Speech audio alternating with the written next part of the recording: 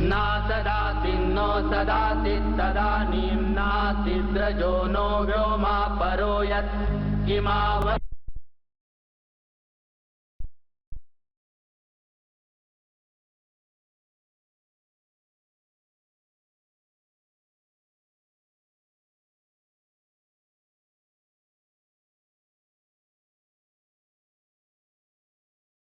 नासदासिन्नो सदासि तदानीं नासिद्रजो नो व्योमा परो यत् किमावरीवः कुह कस्य शर्मन्नं वा किमासीत् गहनं गभीरं न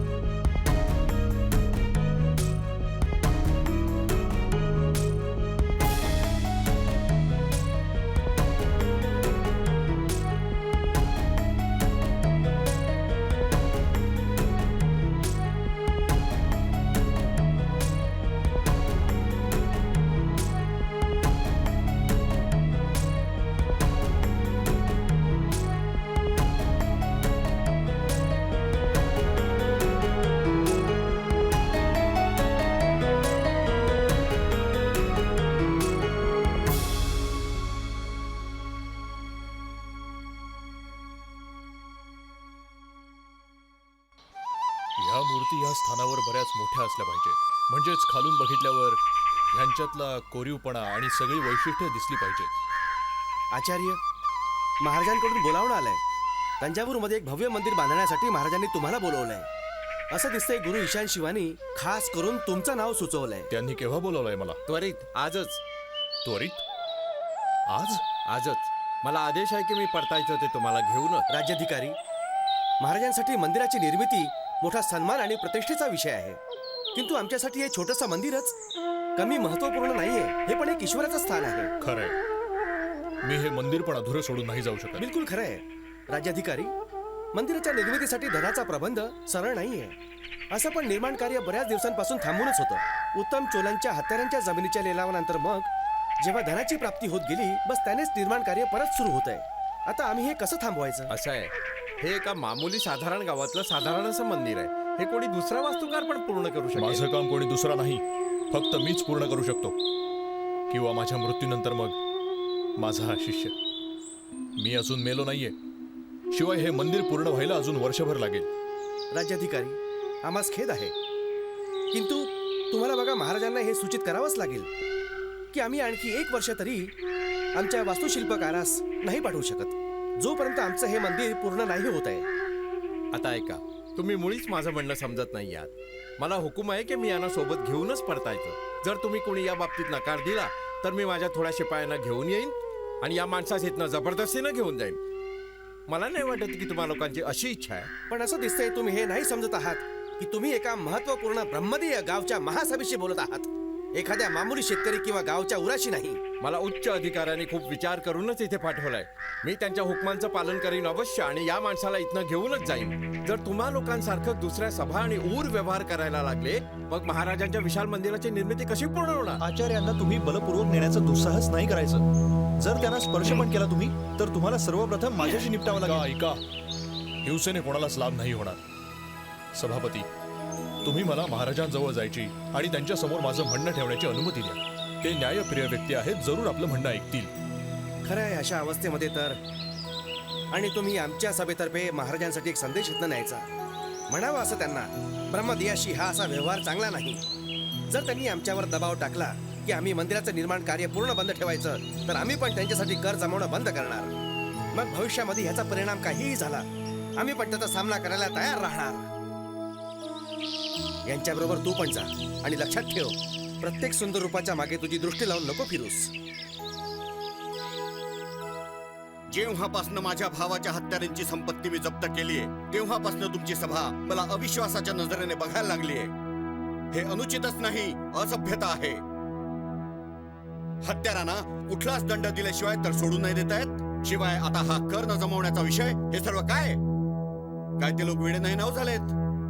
नाही महाराज, ते लोक फक्त स्वतःच्या मंदिरासाठी चिंतित आहेत. हो, व्हायला पण पाहिजे. बस तसेच जसा माझ्या मंदिरासाठी मी आहे. आचार्य, आमचे गुरु पंडित ईशान शिवानी तुमची खूपच प्रशंसा केली आहे. उत्तर भारतातील एक सन्मानित ब्राह्मण आहेत ते, काशीचे ब्राह्मण. जर गुरुजींनी तुमची प्रशंसा केली आहे, मग जरूर तुमच्यामध्ये कुठलं खास वैशिष्ट्य असावं. मी तुमच्याशी बोलल्याने हे जाणायचं म्हणतो की काय तुम्ही लोक आमची योजना शिवाय विचार पण समजता आहात की नाही. तुमची संतुष्टी होतीये ना महाराज? मी खूपच संतुष्ट झालोय.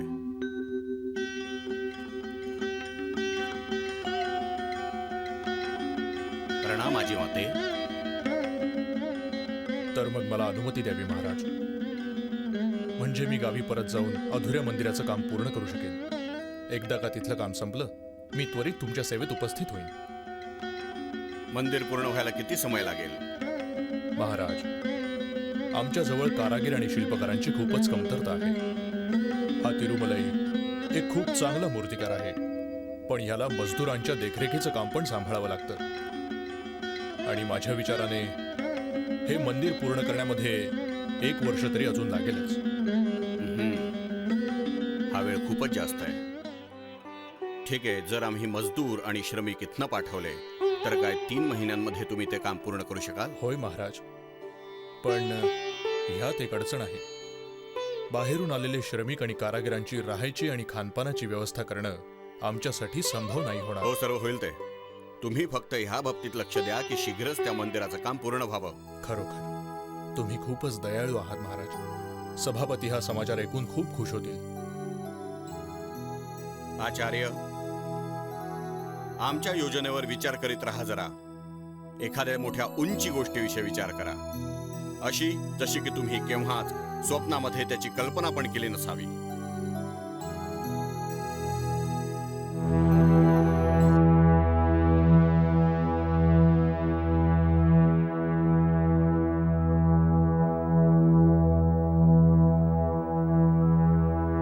पुत्रा, म्हातारीसाठी तुझ्याजवळ थोडा समय की मग मी नंतर येऊ? आजी माते, तुम्ही हे काय विचारत आहात? तुमच्यासाठी माझ्याजवळ नेहमीच वेळ असणार.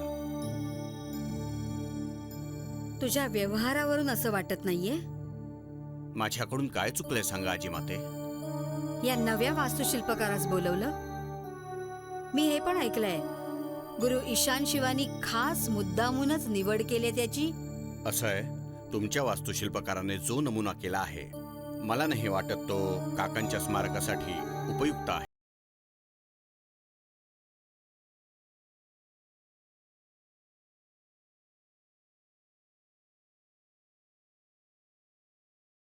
मी तुझ्या धनाची सीमा लक्षात घेतली. कसली सीमा? आजी माते, मी तुम्हाला विश्वासाने सांगतो की मी एक भव्य मंदिरच बनवणार अवश्य. ह्यासाठी मी सगळ्या छोट्या छोट्या गोष्टींवर स्वतः लक्ष देऊ इच्छितो. हां,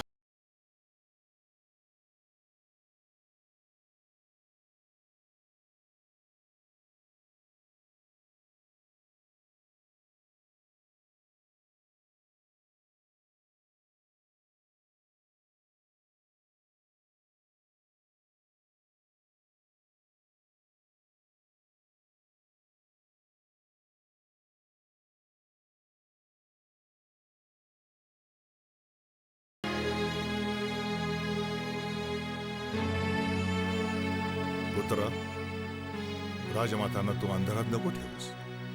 जो निश्चय तू केलाच आहेस तो त्यांना टाक सांगू. नाही, ही वेळ नाही. जोपर्यंत राजमातांच्या मंदिरासाठी कुठे दुसरीकडे स्थान नाही मिळत तोपर्यंत नाही. मातेचे पती अंधार आदित्य देवांची प्रतिमा कोनेरी राजपुरामध्ये राजमातेच्या नावाने स्थापित करून झाली आहे, जी स्वतः त्यांनीच बनवली आहे.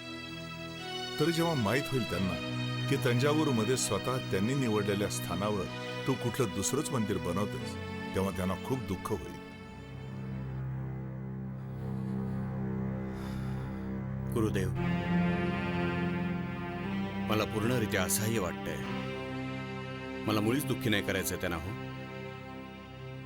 बिचाऱ्या माझ्या मातेसारख्या आहेत, किंतु मला माझ्या काकांची पर्वा नाही. फार क्रूर, चलाख, शिवाय स्वार्थी माणूस ते. माझ्या भावाची हत्या करते समय कदाचितच ते घाबरले असावेत. जितक्या वर्षांसाठी ते राजा राहिले, मी गप्प राहून काय म्हणून नाही सहन केलं. हां, इतकं जरूर आहे की जितके वर्ष ते राजा राहिले, प्रत्येक क्षण मी त्यांना मृत्यू इच्छिला. मग अखेरीस स्वतःच मृत्यूला बोलावलं त्यांनी, ज्यासाठी मी जबाबदार नाही मुळीच. राजमाता पण हे जाणतात, म्हणजे स्वतःच्या मनात खोलवर चांगलंच हे जाणतात की मी निरपराधी आहे पूर्ण. शिवाय तरी पण त्यांची इच्छा आहे की मी ह्या अपराधाचं सार्वजनिक रूपाने प्रायश्चित्त घ्यावं. मला सोडलं तर अजून कुणाला त्या ह्यासाठी तयार करणार आहेत? मी मुळीच इच्छेच्या विरुद्ध नाही त्यांच्या, किंतु एक सुंदर शिवमंदिर बनवायला, मग त्यामध्ये एका भव्य शिवलिंगाची स्थापना करण्यासाठी माझी इच्छा मला दुसऱ्या बाजूस खेचत नेत चालली आहे. माझा आत्मा मला पुन्हा पुन्हा सांगतच राहिलाय की मी माझं सगळं लक्ष, माझी सगळी शक्ती राजराजेश्वर मंदिराच्या निर्मितीमध्ये लावायला हवी. महाराज, मी पहिल्यापासून तुमच्या विचारांशी पूर्णरित्या सहमत नव्हतोच, किंतु काल रात्री भगवान शिवांनी मला स्वप्नामध्ये दर्शन दिलं. मला म्हणाले त्यानंतर, जर तुझा राजा सुख सौभाग्याची कामना करीत आहे, मग त्यांनी एक मंदिर बांधलं पाहिजे. मग त्या मंदिरामध्ये नर्मदा प्रदेशातनं आणायचं आणि बृहदीश्वर शिवलिंगाची स्थापना केली पाहिजे. स्वाभाविक आहे की नंतर मग मी तुमच्या योजना पण अजून समजू शकेन. किंतु महाराज, त्या मंदिरासाठी आणि राजमातांच्या पण मंदिरासाठी तुम्ही धन कसं उभं करणार? राजमातांना पण संतुष्ट करायला, धन प्राप्त करायला, शिवाय नर्मदेतनं शिवलिंग मागवायचा मार्ग एकच आहे. युद्ध? अगदी चालुक्यांशी करायचं युद्ध. दुसरं म्हणजे तैला राजाचा पुत्र सत्यश्रेय, जो म्हणजे अलीकडेच राजा बनलाय. युद्धाची त्याला लालसाही आहे. किंतु महाराज, मंदिराच्या निर्मितीसाठी तुम्ही युद्धाचा सहारा घेणार? का हो? धर्मशास्त्रांमध्ये याच्या विरुद्ध कुठे काही सांगितलंय? नाही नाही, माझं म्हणणं तसं नाहीये बघा. किंतु जर ऐका, मी प्रथम शिवलिंग त्यांच्याकडे मागून बघणार. मग समजा त्यांनी द्यायला नकार दिला, तेव्हा मी त्यांच्यावर करणार हमला.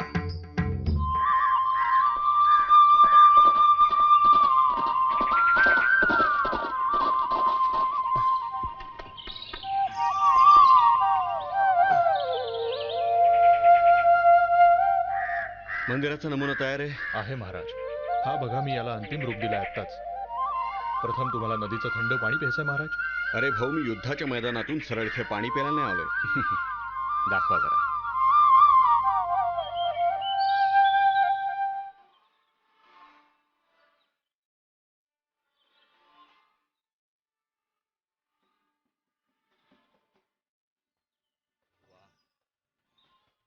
आता मला हे समजावं. स्वामी, तुम्ही मला सांगितलं की एखाद्या मोठ्या गोष्टीचा विचार करायचा, तेव्हा मी म्हटलं ब्रह्मांडापेक्षा मोठं दुसरं आहे तरी काय. म्हणून हे ब्रह्मांड आहे, सृष्टीचं एक रूप जे रचायचा मी प्रयत्न केलाय. आहे सुंदर खूपच. सांगा, पुढे सांगा. हे मध्यामध्ये जे मंदिर आहे ते विश्वाच्या धुरीरूपी मेरू पर्वताच्या समान आहे. ह्याचा मनोरा सुद्धा अनेक कोस दुरूनही तीर्थयात्रींना दिसेल आणि ह्याची पहिली झलक दिसताच आनंदित होऊन जातील ते. मंदिराच्या मधोमध महाराज पावन नर्मदेच्या तटावरनं तुमच्याद्वारे आणलेल्या दिव्य शिवलिंगाची स्थापना केली जाईल. मग मंदिराच्या चारही बाजूला एक भिंत असावी जिथे 4 द्वार असतील आणि देवदेवतांच्या चित्रांसोबतच 8 भव्य आकृत्या पण बनवल्या जातील शिवशंकराच्या. आता बघा, नगर पण बघा जे मंदिराच्या चारही बाजूला पसरलेलं असेल. याच्या अंतर्भागातल्या निवासालयामध्ये मंदिराचे पुजारी आणि मंदिराच्या अधिकाऱ्यांची राहायची व्यवस्था असेल. मग बाह्य भागामध्ये व्यावसायिक राजमहालाचे सेवक, शिवाय राजपरिवाराच्या महत्वाच्या व्यक्तींचं स्थान असेल. नगरीच्या सीमेवर मंदिरामध्ये काम करणारे दास, शिवाय गोपालकांसारखे लोक राहतील. 8 मुख्य स्थानांवर, जे अगदी ह्या द्वारांजवळ असतील, 8 घरांचे शासक सर्व, इंद्र, अग्नी, यम, निरित्ती, वरुण, वायू, सोम आणि ईशानाची मंदिरं बनतील.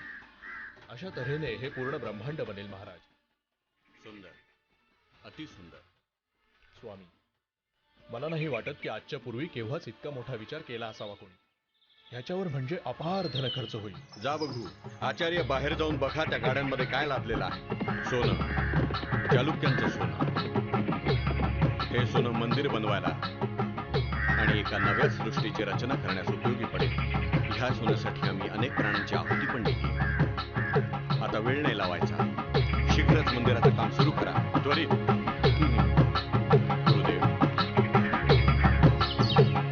बघा तिथे शिवलिंग. अद्भुत.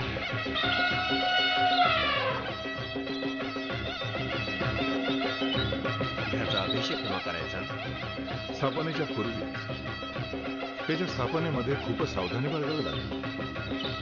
मी इतकं विशाल शिवलिंग पूर्वी पाहिलं नाही कधी.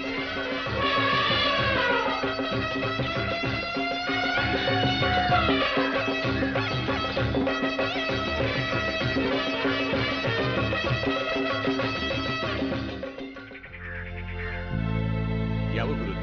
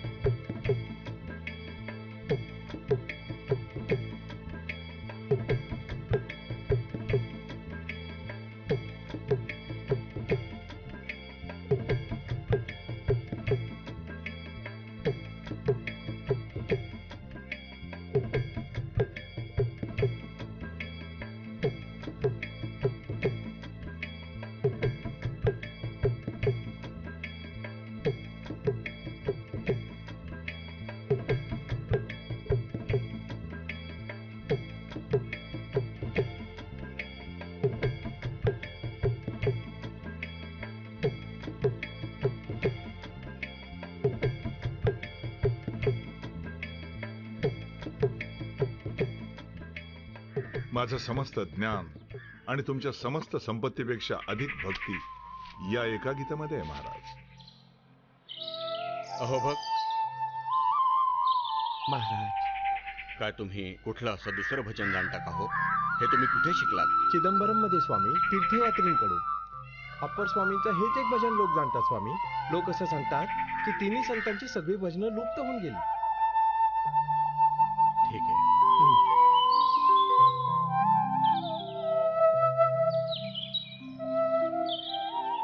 गुरुदेव, असे भजन गायक पण आमच्या मंदिरामध्ये आवश्यक आहेत. ह्यांच्या विना मंदिर निष्प्राण वाटेल. महाराज, तुमच्या या इच्छेनं की या लोकांनी आपल्या मंदिरामध्ये भजनं गायची मला खूपच प्रसन्नता वाटत आहे. किंतु तुम्हास पण चेतावणी देणं माझं कर्तव्य आहे. या भजनांमध्ये खूपच शक्ती होत असते महाराज. ही लोकांच्या भावनांवर फार गहन प्रभाव, शिवाय मनावर अमिट छाप सोडत असतात. तुम्ही सुद्धा हे नाही विसरलं पाहिजे की मंदिर केवळ भजनांसाठीच लोकांच्या लक्षात राहता कामा नये. महाराज, तुमची इच्छा पण याला तुमच्या शक्तीचं प्रतीक म्हणून स्थापित करायची आहे ना? गुरुदेव, काय तुम्ही त्यांचं भजन ऐकलं नाही लक्षपूर्वक? आत्मा कुठल्या पण राज्यापेक्षा अधिक महत्त्वपूर्ण आहे. सर्वच इथे अवास्तविक आहे. आत्माच सत्य आहे. माझी इच्छा आहे की माझ्या मंदिरामध्ये सत्याची निर्मिती व्हावी. माझ्या मंदिरामध्ये आत्मा असावा. तुमचे असे विचार पण ऐकल्यानं मला हार्दिक प्रसन्नता होत आहे महाराज. तर मग तुम्ही लुप्त होत गेलेल्या भजनांचा शोध करून घ्या. कोणी ना कोणीतरी अशी असेल ज्याला ते माहीत असतील.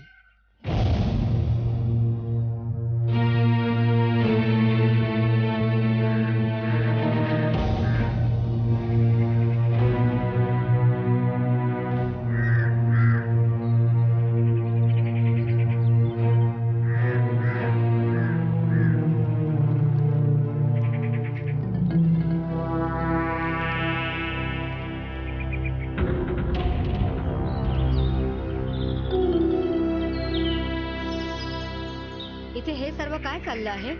तुझा मंदिराचं निर्माण महाराणी. कसलं मंदिर? मी जो नमुना सुचवला होता तो तर राजराजाने अस्वीकार केला होता. मग तुम्ही लोक हे कुठलं मंदिर बनवत आहात? राजराजेश्वर मंदिर महाराणी. काय? पण मंदिर तर माझा पुत्र भूतपूर्व महाराज उत्तम चोलाच्या नावाने बनवायचं ठरलं होतं. राजाने माझा सल्ला घेतल्याशिवाय सगळी योजना बदलून कशी टाकली? मला आत्ताच ऐकायची आहे की नवीन योजना काय आहे. महाराणी, मला ह्या गोष्टीची अनुमती नाहीये की महाराजांशिवाय दुसऱ्या कोणाशी त्या योजनेसंबंधी चर्चा करावी. कदाचित तुम्ही हे विसरतात की तुम्ही भूतपूर्व महाराजांच्या मातेशी बोलत आहात. ही कुणाची मूर्ती आहे? ओ उमादेवी, राजकुमारीची. काय तुला आवडते ती खूप? अगदी, पण दूरदूरूनच. एक सांगू, मला तू संध्याकाळी जवळच्या आमराईमध्ये भेट येशील? उमा,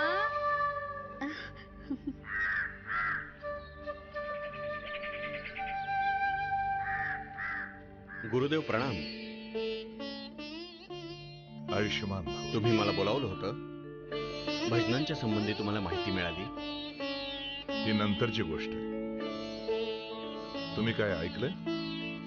राजमाता मंदिरस्थळी गेल्या होत्या. ऐकलंय, पण माझ्याशी मुळीच नाही बोलल्या काही. मी त्यांच्याजवळ खबर पाठवली होती की मी त्यांना भेटू इच्छितो, पण त्यांनी मोठ्या आजाराचा बहाणा करीत भेटण्यास नकार दिला. चांगलं होईल जर तुम्ही तुमची मंदिराची योजना पण सोडून दिली तर. आणि जसं तुम्ही पूर्वी म्हटलं होतं, हे मंदिर तुमच्या काकांना समर्पित कराच. नाही गुरुदेव,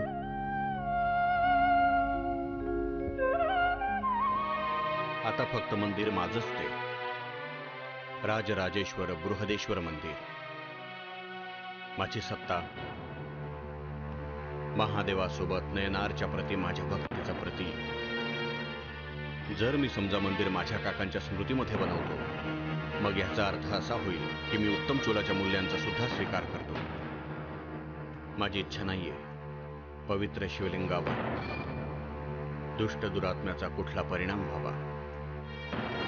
हां, जर राजमातांची पुत्राच्या स्मृतीमध्ये एक अजून मंदिर बनवायची इच्छा असेल, मग बनवू द्या. ही बाब पूर्वीपेक्षा फार वेगळी आहे. तुम्ही नव्या योजनेच्या बाबीमध्ये राजमातांशी बोलणं केलंच पाहिजे. मला पण हे वाटलं होतं, पण मुळात मला भेटायला नकार का दिला त्यांनी? जाऊ दे, मी पुन्हा त्यांना भेटायला जाईन. हां, तुम्ही भजनांच्या बाबतीत काय सांगत होता? चिदंबरम मध्ये कोणी नंबी अंदर नंबी आहे म्हणे, संबोधा भजनांची जाणकारी आहे त्याला. असं? मग तर मी त्वरित त्याला भेटायला गेलं पाहिजे.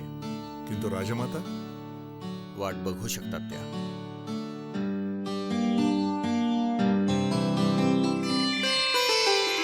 नम्मी, ओ नम्मी, काय आहे? महाराज आले. काय मस्करी करतोस? अरे भाऊ, महाराज आले. हो महाराज. उठा. नंदी तुम्हीच ना? हो महाराज. मला त्या 3 संतांच्या भजनांच्या बाबतीत थोडी जाणकारी पाहिजे. लोकांनी मला सांगितलं तुमच्याजवळ म्हणे जाणकारी आहे. महाराज, मी एक स्वप्न पाहिलं होतं महाराज. मी पाहिलं की भजनांच्या पालीलिपी एका विशाल मंदिराच्या आतल्या कक्षामध्ये आहेत आणि त्याची दारं तेव्हाच उघडतील जेव्हा एका शोभायात्रेमध्ये 3 संतांच्या प्रतिमा आणल्या जातील. ही मुळीच मोठी समस्या नाही. जर तुम्हाला हवं तर उद्याच त्याची व्यवस्था होऊ शकते. एक समस्या आहे स्वामी. संत अप्पर, संबंधार आणि सुंदरारच्या मंदिरांना कधी लोकांनी मान नाही दिला आणि जोपर्यंत मंदिराचे पुजारी त्यांना मान नाही देणार, भजनांच्या पालीलिपी नाही मिळू शकणार. खरंय महाराज, ही फारच मोठी समस्या आहे. इथे पुजारी फारच कट्टर विचारांचे आहेत.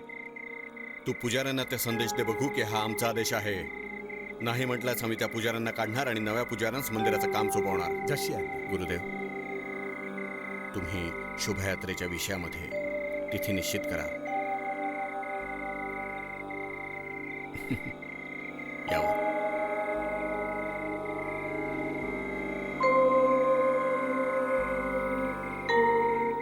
2 प्रतिमा बनवणं उचित होईल. शोभायात्रेसाठी काष्टप्रतिमा, शिवाय स्थापनेसाठी पाषाण प्रतिमा.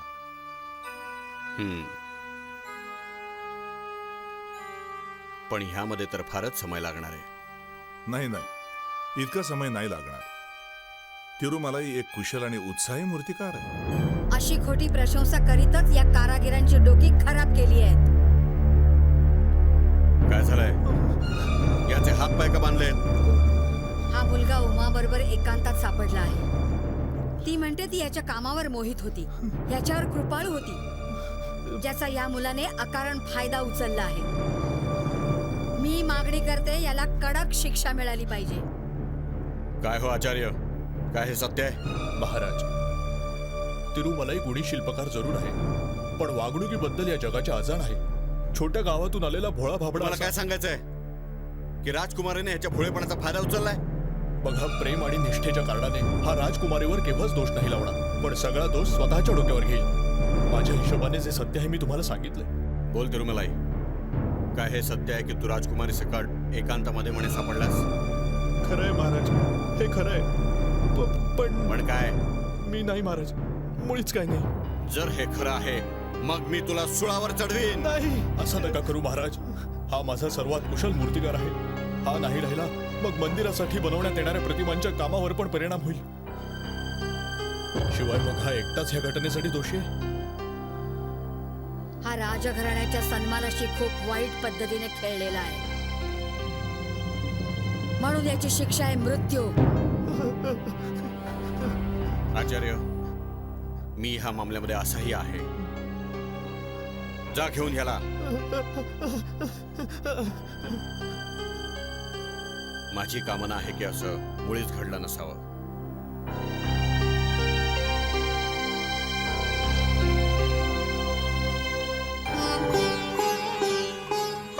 आजी माते, मला तुमच्याकडनंही आशा नव्हती की माझ्याशी तुम्ही हा असा व्यवहार कराल. तुम्हाला फक्त माझं मंदिर मिटवायचं आहे. तू तुझं दिलेलं वचन सुद्धा तोडल्याने माझा अपमान केला आहेस. तू मला प्रथम का म्हणून सांगितलं नाहीस की तुला तुझ्या काकांच्या स्मृतीमध्ये मंदिर बनवायचं नाहीये? तो जिवंत असताना जर तू त्याच्या मृत्यूची कामना करीत राहिलास, मग मरून गेल्यावर सन्मानाची तुला गरजच काय राहते? खरं नाही राहत गरज.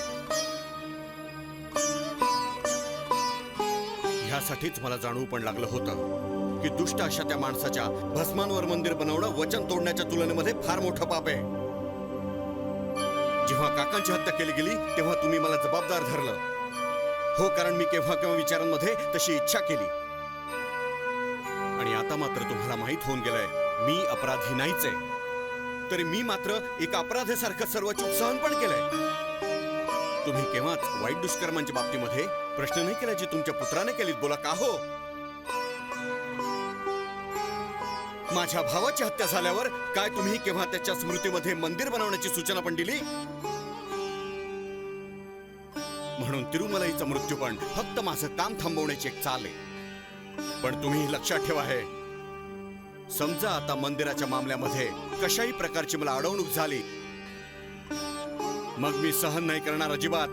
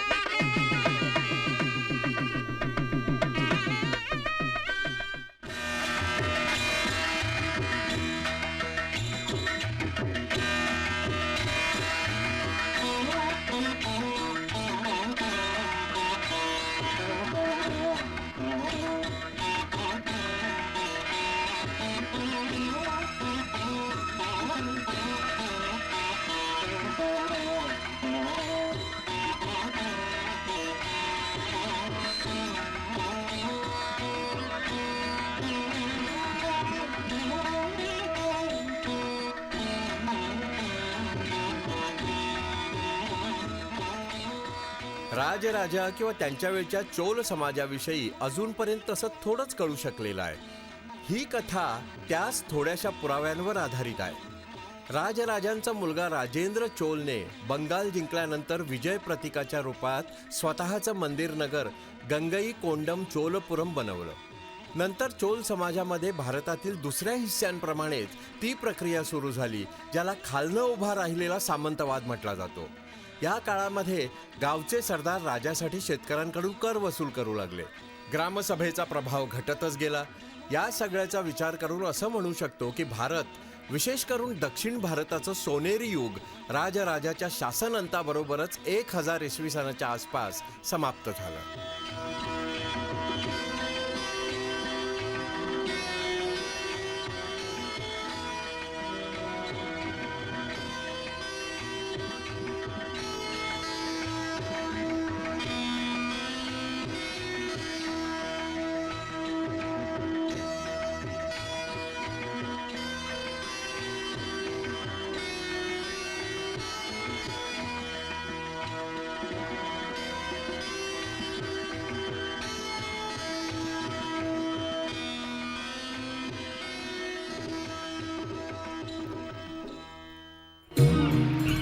कदाचित योग्य होईल जर आपण आपली यात्रा काही क्षणांपुरती थांबवली तर.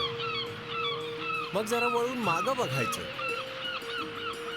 आपली आतापर्यंत इसवी सनाची 1000 वर्ष पार झालीत करू.